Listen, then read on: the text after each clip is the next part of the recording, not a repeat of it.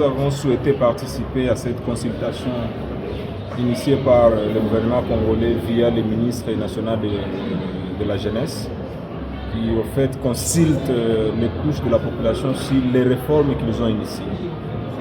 Nous avons émis notre point de vue qui du reste est partagé par l'ensemble de l'opposition congolaise. C'est au fait il n'y a pas d'opportunité à ce jour de procéder à une réforme constitutionnelle pendant qu'une partie de notre territoire est occupée. C'est à ce titre-là que nous pensons qu'il n'y a pas d'opportunité et que nous disons non, je refuse à la réforme constitutionnelle parce que ce n'est pas ni prioritaire, ni ce n'est pas légal parce que la Constitution, son article 119, interdit toute révision, toute initiative de réforme constitutionnelle pendant la guerre.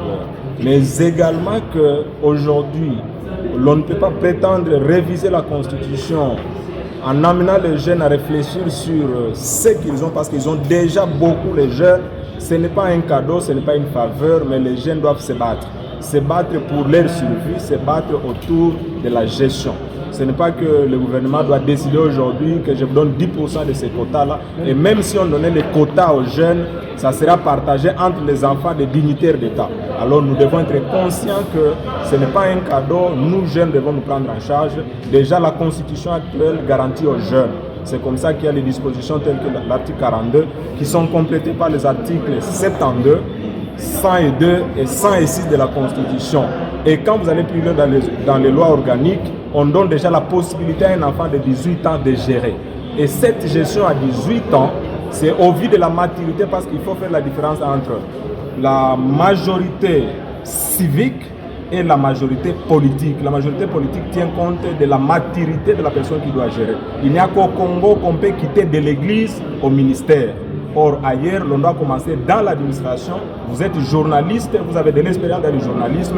On vous nomme ministre de l'information et de la communication parce que vous connaissez au moins les métiers et les difficultés. Nous avons qu'au Congo que vous quittez l'université parce que votre père a été, je ne sais pas, pasteur d'un ministre et on vous donne ministre. Cela doit cesser par la prise de conscience des jeunes. C'est comme ça que nous avons conscientisé par notre prise de parole qu'on doit prendre la conscience. Ce n'est pas la Constitution qui interdit d'arranger la route au niveau de Lubungu.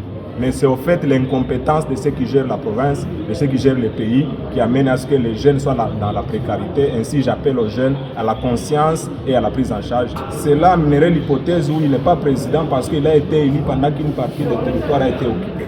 Donc, il est dans l'obligation. En 2028, il doit organiser les élections parce qu'il a été élu dans les mêmes circonstances de temps et de lieu. C'est comme ça que chez nous, on n'aura pas, même pas 10 minutes ou 15 minutes après 2028, on ne peut qu'organiser les élections à travers. On n'a même pas besoin de discuter autour de ces élections parce qu'on ne discute pas sur la prolongation du délai, on discute sur ce qui est de l'incompétence dans la gestion des affaires publiques.